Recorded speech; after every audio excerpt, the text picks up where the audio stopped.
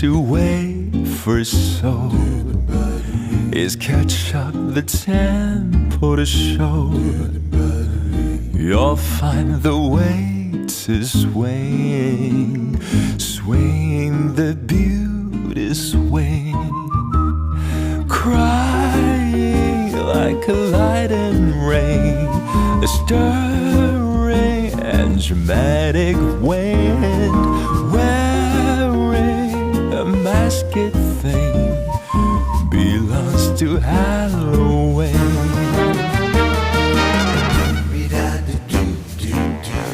They are crazy. Okay, alright. You can hear the texture, full of charming. You can feel the kind of mood. Come to the bed about defending beauty. Find a place to sit down. Feel the basic rhythm and just your pitch. Prepare yourself a dream. She wants to win.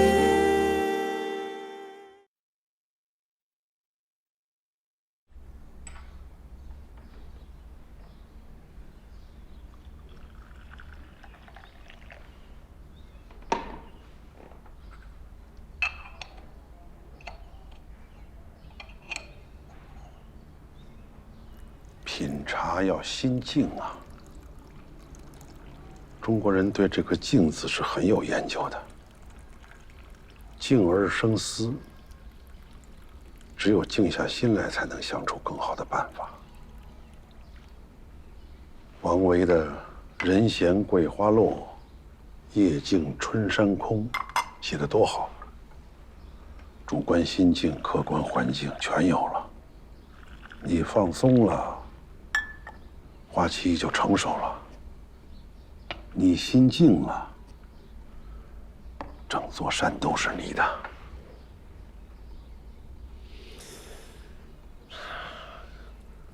静下心来不难，关键是猜不透陈开怡这一步下的是什么棋。你这么说，说明你的心还是没静下来呀。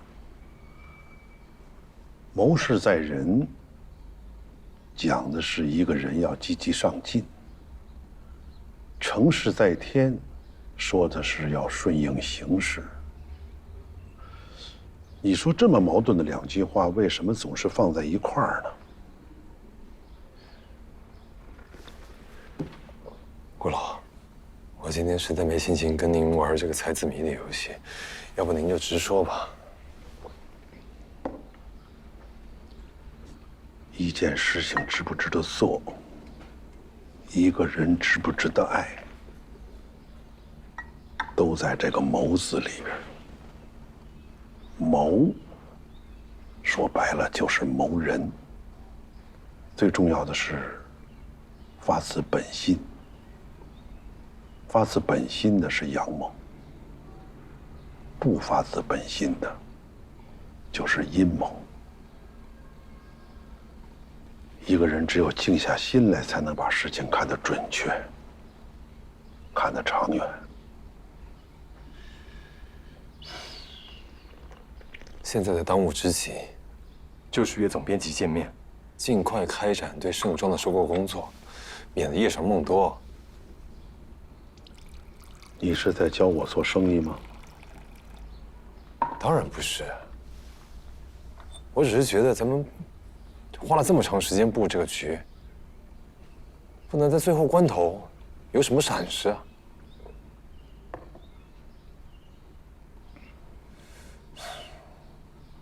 我就是有种感觉，我觉得陈开怡要出大招了。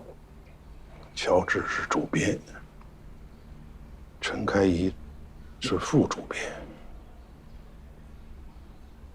你对乔治不恐惧，为什么对陈开怡恐惧呢？有什么可恐惧的？他是我一手带出来的。我换个问法吧，是不是乔治的死让你对陈开义多了几分恐惧。乔治的死是个意外，谁知道他的抑郁症那么严重？他信任你，把抑郁症病的事跟你说了。这个病症随时可以让他离开这个岗位啊。他告诉你了，就说明他把身家性命都交给你了。我知道，所以我也劝他了，不要再死守什么新闻理想、媒体理想。现在是用品牌套现的最后机会了。只要能够套现，就能够实现财富自由。要不然就靠那点工资，得熬到猴年马月。买卖品牌倒是一笔不错的交易。你想套现出局的想法，我也能理解。但是你唯一一步走错的棋就是，你不应该带乔治上赌桌。他如果不到这个赌桌来，他也不会死。他死是因为抑郁症，他明明知道自己症状很严重了，为什么要停药？他是自己停药的。那是因为他世界上最信任的朋友，也就是你，把他的理想给破灭了。在澳门，他跟我道别，至今我还记忆犹新。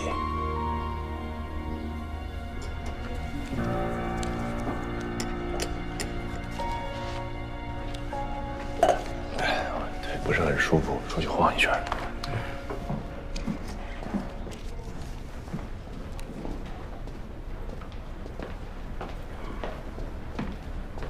我送你2包。顾先生，我就是痛风毛病犯了，您尽兴吧。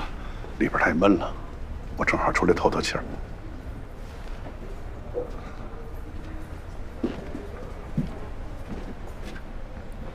人都有手气儿不顺的时候。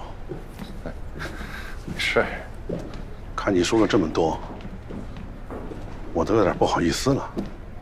这跟您有什么关系？我听向霆锋说，你在赌场拿的马子呀？这几十万，我能搞定。人不能轻易借钱，尤其是赌场的钱。顾先生，这跟谁借不跟谁借的，我心里有数。谢谢。我多言了。其实呢，我一直挺好奇的。我们在赌场见过3回了吧？您1回没赌过，为什么？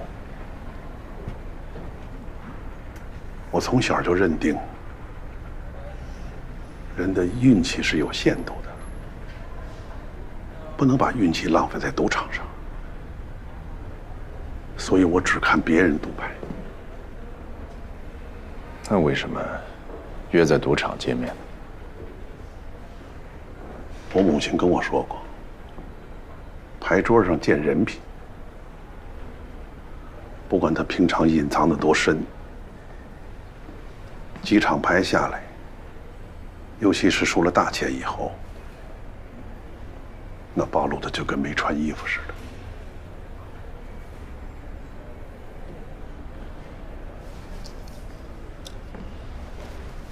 其实啊，我一直觉得，我是生活在媒体的黄金时代，我应该为这个时代扛起一点责任。我的理想就是做一个优秀的媒体人，即便是现在传统的媒体会渐渐被新媒体所取代，那我也认为这是信息传播的媒介发生了变化。我理想的本质不应该变。向霆锋，我认识他20几年了，他是我的师兄，我要感谢他，他教会了我媒体思维的方式，算是我的启蒙者吧。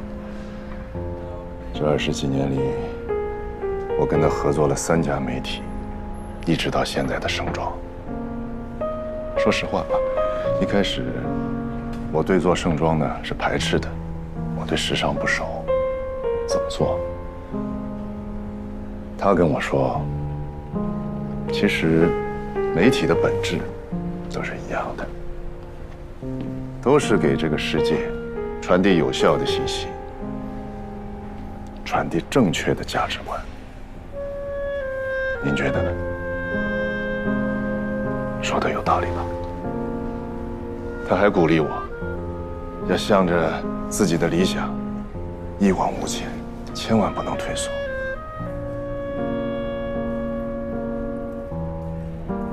但是今天，我想想他那些话呀，有些可笑。3700万，这就是所有理想的底牌啊！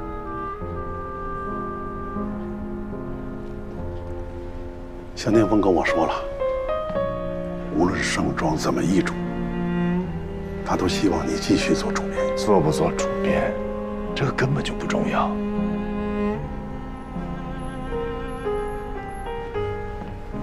顾先生，我们不熟啊。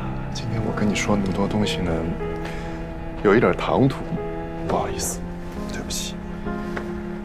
但是有一个问题我一直想问你，您是投资者，这个您在谈判桌上用所谓的大数据，用所谓的专业术语，您在谈判的时候说着买进卖出盛装品牌的时候，那您知不知道盛装是什么？您回答我，盛装是什么？是个项目，就是一个项目。是啊，在你们眼里，盛装当然是项目了，还能是什么呢？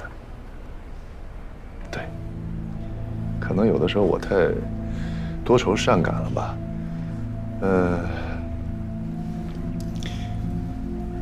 向霆锋，以我对他的了解，他不可能撬动那么大的资本局。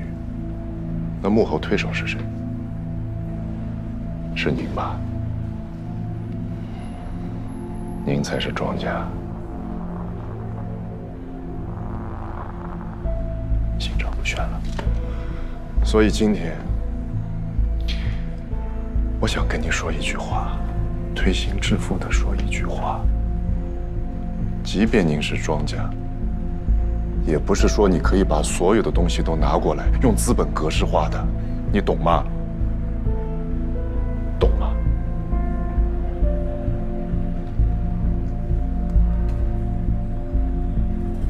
资本格式化，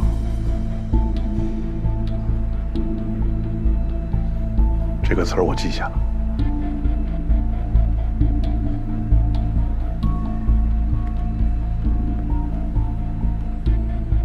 郭先生，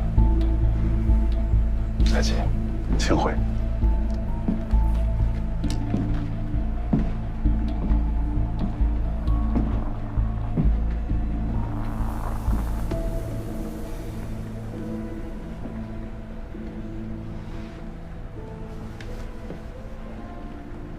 我不知道你们之前还有过这段对话。乔治借的钱是你骗他借的，他根本就不知道借的是高利贷。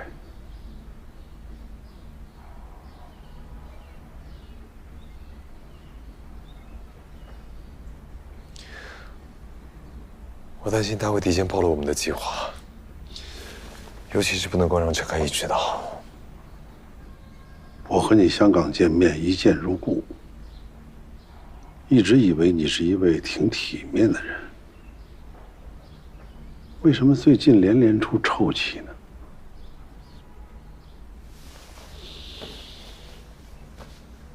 他说的也没错，3700万，这就是一切理想的底牌。理想，我们曾经为理想付出了多少？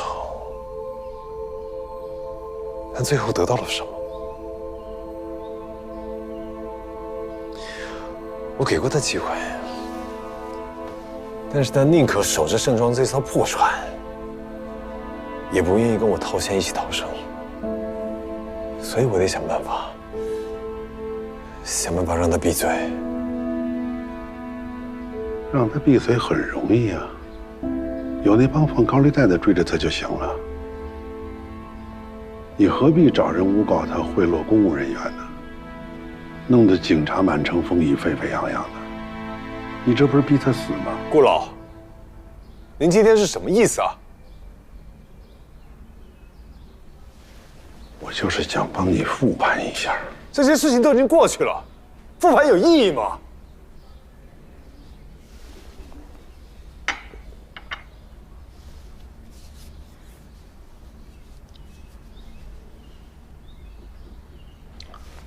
咱们书归正传，你对陈开怡是怎么预感的？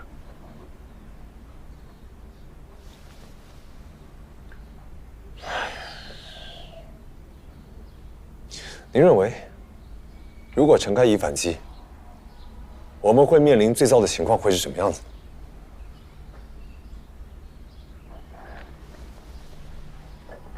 最差的情况啊，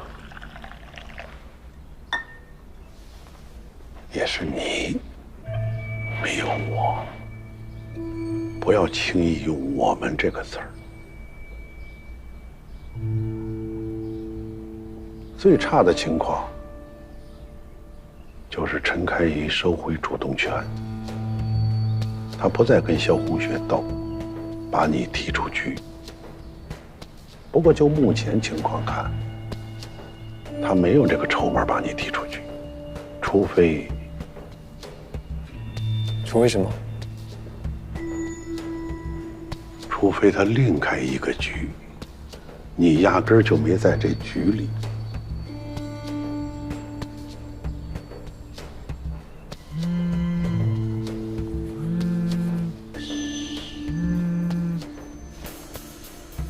你说。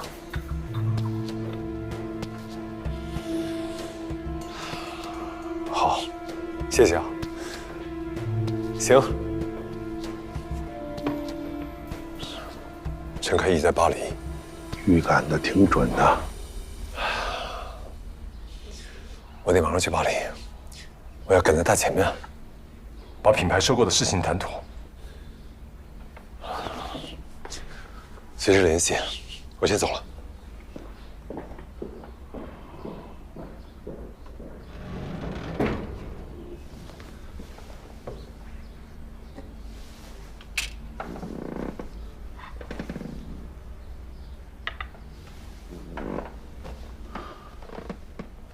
出来吧。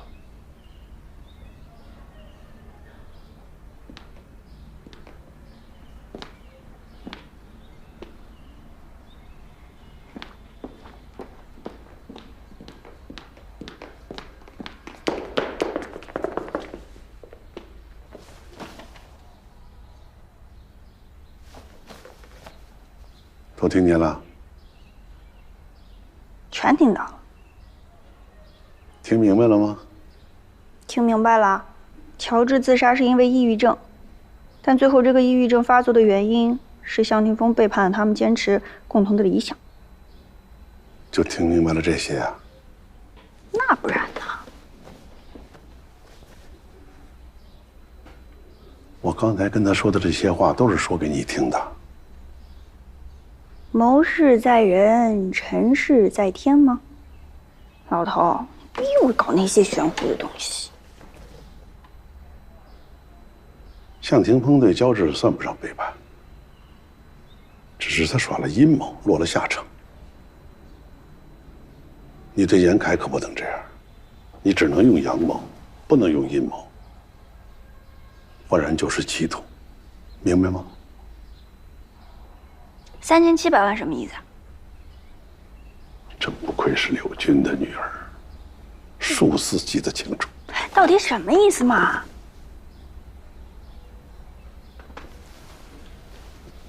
向霆锋从安东尼那儿打听到法国总部要把品牌在中国的经营权卖掉。你看看你，对盛装一点都不清楚，你就想买。盛装其实就是几本杂志，那么为什么会有那么多买家想买呢？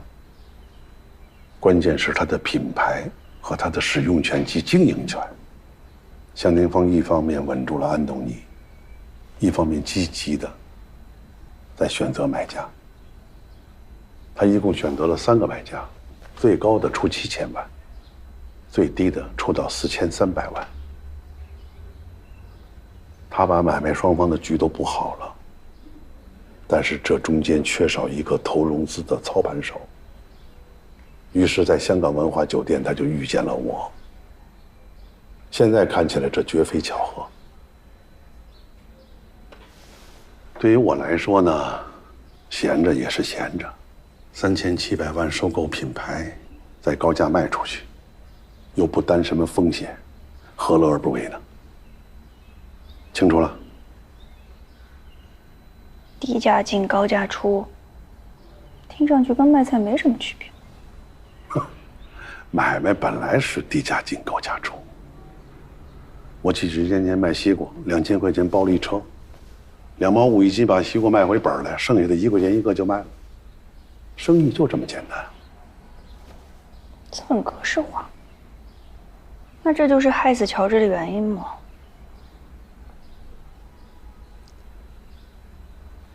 你是不是打算什么事情都告诉严凯呢？是不是真的想和严凯在一起？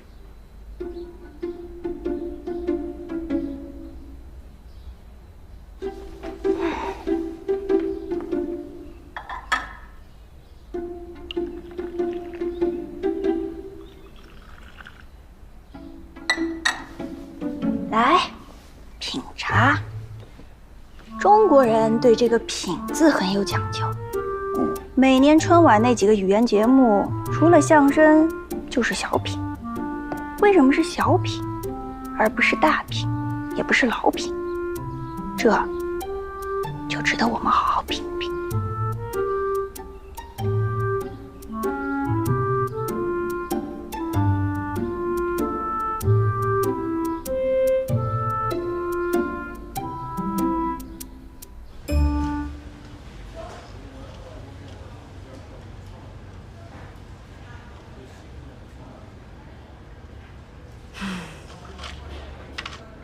你要再不说话，我回去了啊！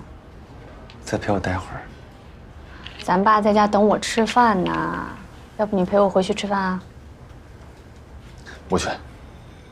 那干嘛呀？让我在这陪你傻坐着？要查谁？哎呀，不查谁。乔治的事儿你搞明白啦？没有。现在有个更棘手的事儿。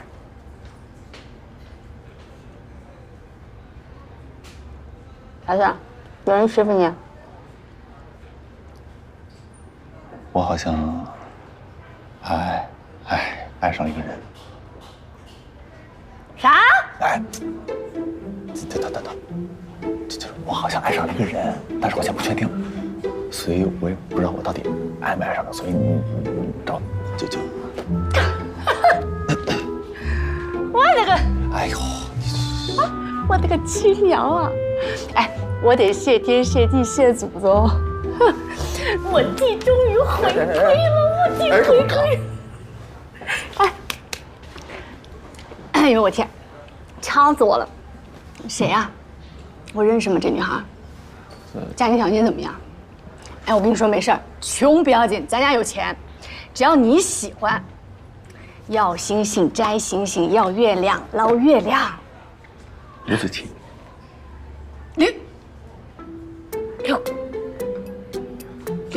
刘子琪，眼光挺好啊，这姑娘太厉害了！我告诉你啊，咱们全家人啊，全加起来都斗不过咱这个弟媳妇儿。什么弟媳妇儿？人家还没同意呢。我说了不确定，先别弟媳妇儿。你看你这个怂样儿，你看看。行，我知道你今天找我来干嘛了。姐给你出个主意吧，一试就能试出来。什么招？出了再说。不想什么呀？你看，什么呀？我跟你说真的，你们这些男人啊，你们太不了解自己了，太不了解自己有多混蛋了。你们根本分不出来，对一个姑娘到底是爱情还是占有欲。最好的办法就是在姑娘同意的前提下，先处上。哎呀，你这都是什么炸穿地心的观念？你还是个女人，好吗？哎呦，可怜天下姐姐心吧，你姐都把底都给你了。是。我得给我弟媳妇儿打个电话，让她过来喝个茶。哎，你别，行。哎，我们上午刚吵架了。吵架？上午？你们俩什么叫上午吵架呀？他昨天住我那儿了吗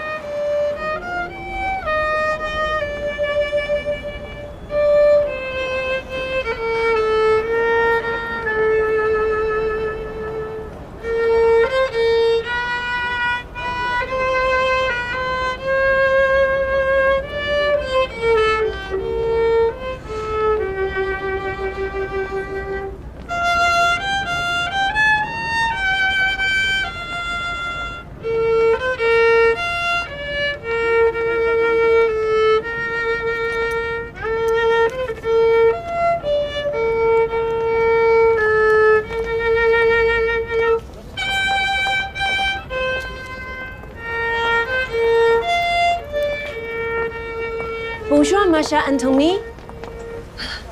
Je suis Kai Chen. Kai, mais qu'est-ce que tu fais ici? Je suis la préviva, si me rappelle bien. Venez tous les vendredis soirs pour le dîner et d'écouter du jazz.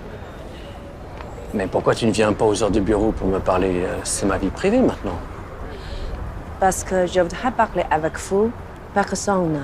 Quand l'entreprise ne peut savoir pour le moment. Écoute, ce n'est pas le bon moment. Je ne veux pas gâcher mon week-end avec ça. Je ne pensais pas que 100 millions vont gâcher votre week-end.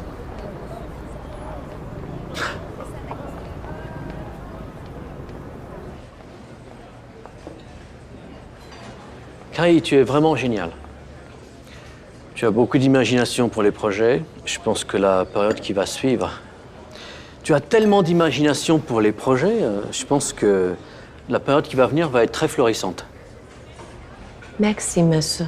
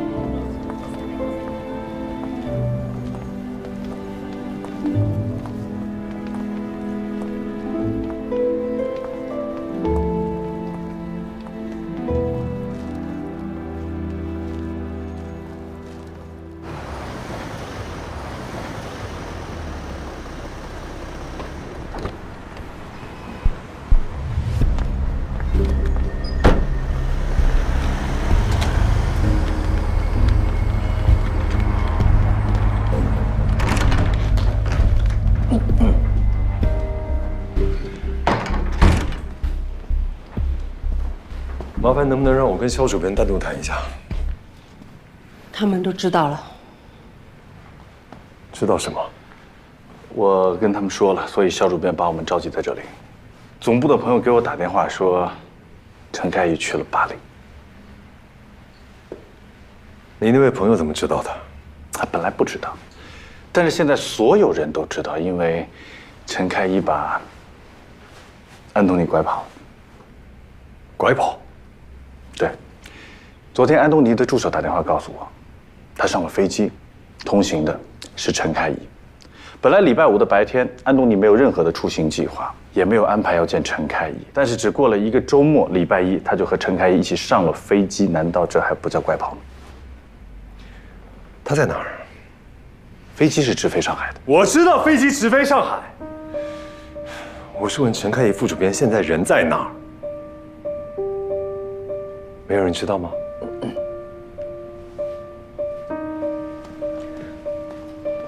那你去巴黎有没有见到安东尼呢？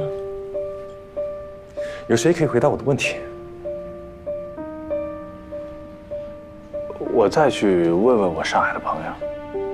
那我也去问问看。哇，太好了，终于有人听懂我问的问题了。麻烦打听一下，然后告诉我陈开怡副主编现在在哪儿，还有能不能够让我跟肖主编单独谈一下？可以。主编，秦明，你留一下。我能够相信他吗？当然可以啊。秦明，我能够相信你吗？我还是出去吧。请你正面回答我的问题。我不会做任何违背肖红雪利益的事情。那就够了，请坐。那你去巴黎有没有见到安东尼呢？我没见到他。为什么呢？他说他周末要陪家人，他不见我。这肯定是陈开怡搞的鬼。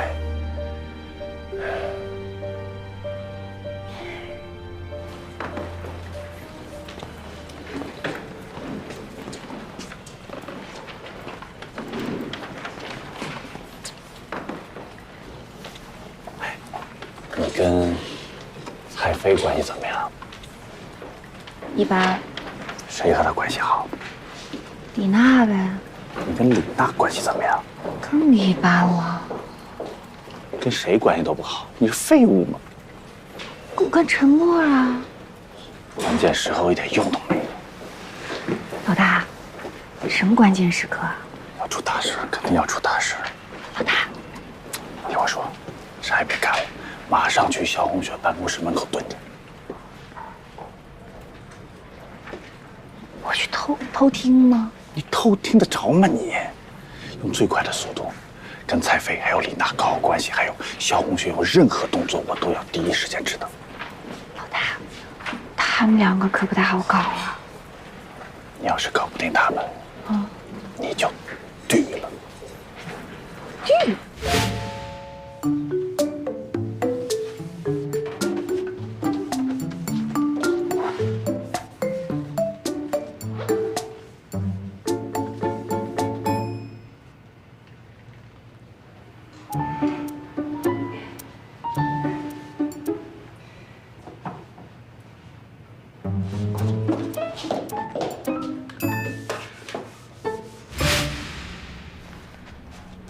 没有这样的先例啊！我不在乎什么先例不先例，我要看到方法，我只要结果。您现在是要我无缘无故的开掉陈开怡啊？我是总出版人，我开掉一个副主编怎么了？他只是个副主编吗？他在业内的分量您应该很清楚吧？我不在乎他什么分量不分量的，我也不要你的疑问，我要你提出办法。他之前不是账目上有问题吗？跟那个，或许你之前说那个人是啊，雷启泰。对，雷启泰。账目的事情，杜霞已经给过结论了，这所有的票据都是齐全、合理、合法的。即使中间有什么回扣啊，或者什么灰色交易，那都是那个什么咨询公司的事情，跟咱没有任何关系啊。但是为什么我们要用那家咨询公司？凭什么他们的报价比市场价都要高呢？还有，最后在合同上面拍板签字的人是谁？乔治。从头到尾所有的合同，陈开怡没有签过一个字。我太好了，连死人都在帮他。向总，现在不是发脾气的时候呢。我没有发脾气，我现在就是要找到一个方法开除掉陈开怡。这样子，启明，你现在召集人力资源部的同事，20分钟之内开会，给我一个能够对外说得过去的理由，只要能够说得过去，我要开除掉陈开怡。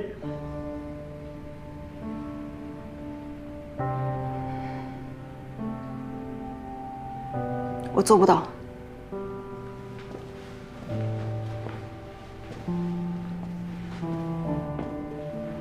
所以说到底，你还是陈开怡的人。不可能因为你一时的念头，赌上我的职业信誉，请您谅解。你不开掉他，我开掉你。向总，你是疯了吗？你知道你在干嘛？你知道现在是什么时候了？就算是生死存亡，我们也不能乱来呀。如果我们不开掉陈开怡，陈开怡会开掉我们。他凭什么？就凭他跟安东尼上了同一架飞机？你上一次跟安东尼一起出行是什么时候？不要说你了，就连我，待在安东尼身边这么多年，我可以告诉你，一次也没有。他很少离开巴黎，更别说飞10几个小时来到中国了。那又能说明什么？这说明陈开怡一定用一样东西打动他的心了，让他愿意离开巴黎，让他愿意飞10几个小时。而据我所知，在这个世界上只有一样东西能够打动安东尼的，就是钱。就算是他打动了安东尼，就说明安东尼已经站在他的那边。你现在开除他有意义吗？但是我不相信他能够在这么短的时间里面能够真的掌控安东尼，所以我需要争取时间。我需要人力资源部给我一个说得过去的理由，我要开除他，除非先斩后奏，然后我才有时间，才有机会去跟董事会去斡旋。That's it。你真的是疯了。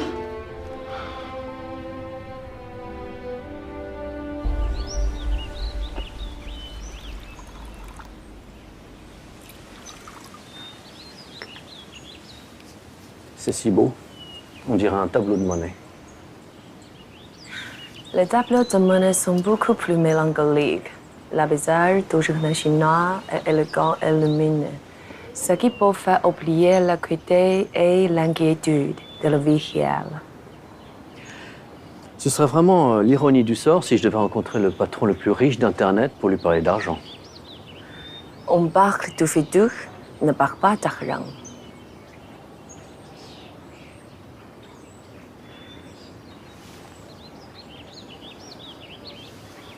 Puis alors, ça devrait être lui.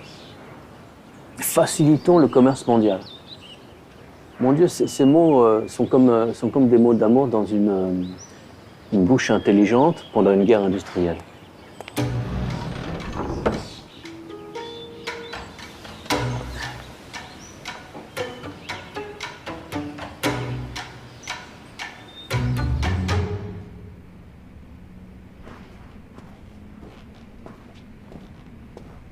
肖主编，这种情况下，我只能选择向您辞职了。向总不是这个意思呢。我就是这个意思。你别过分了。这种时候，才能真正看到人心向背。这个时候他不帮你，他就永远都不会帮你。我现在以总出版人的身份批准你的辞职，辞职报告跟流程，让你们部门的人补齐。你现在要做的唯一的一件事情，就是通知人力资源部的人到会议室开会。我不批准，也不同意。你现在必须听我的。我说过，你不要以为可以控制我，你非要这样做的，我就回香港。香港已经没有你的位置了，你以为我们还有退路吗？我们没有退路，我们可以智谋其他生路啊。肖主编，您不用再吵了。不管怎么样，我今天会离开盛庄的。谢谢您这阶段对我的照顾，还有信任。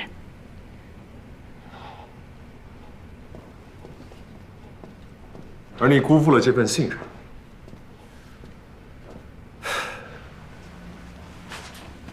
向总，我并不认为我辜负肖主编的信任，但是我确信的是，你辜负了乔治对你的信任。那天天台上掉下来的那个人偶，是我带人去天台检查，并且烧掉的。那天你吓得摔在地上，已经失去了我对你所有的尊重。那时候我就在想啊，即使人偶烧掉了，但在心里的某些东西，这辈子是永远也抹不掉的。您说，对吗？滚！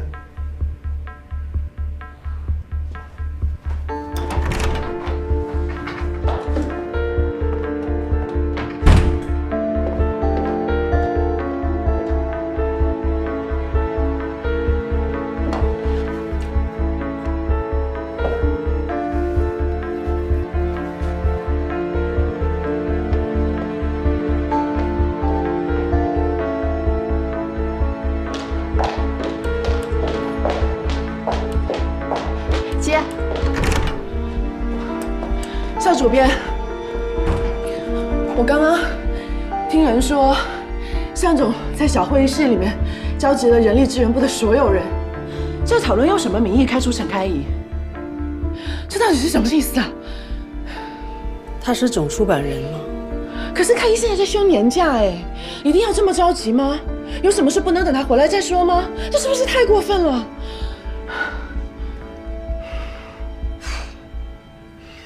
刚才齐敏失职了。什么？你是不是也是来辞职的？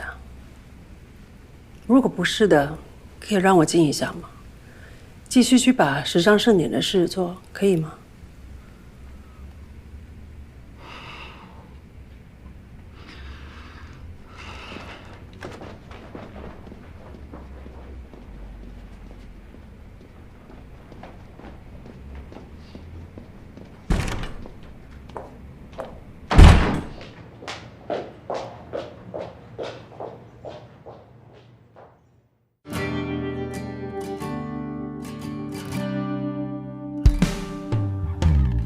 幻般浪漫，迷途能返，烟花般绚烂，原地打转。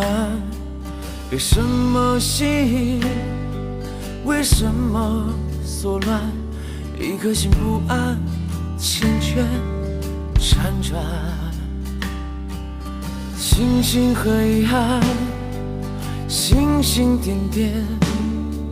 在推波助澜，骄傲慢慢，也曾经沧海，也曾经温暖，一双手点燃推杯换盏。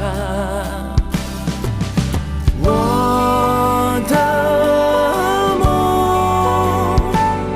璀璨如朗朗星空，藏身在茫茫人海中。怀抱着最初平凡的信仰，在一条少有人走的路上。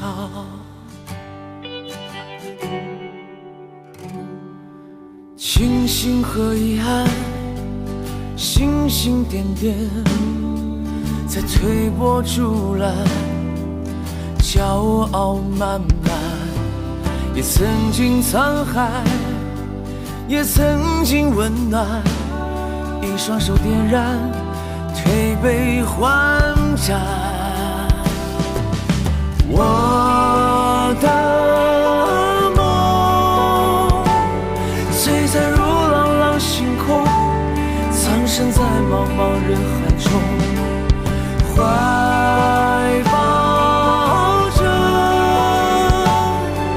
最初平凡的信仰，在一条少有人走的路上。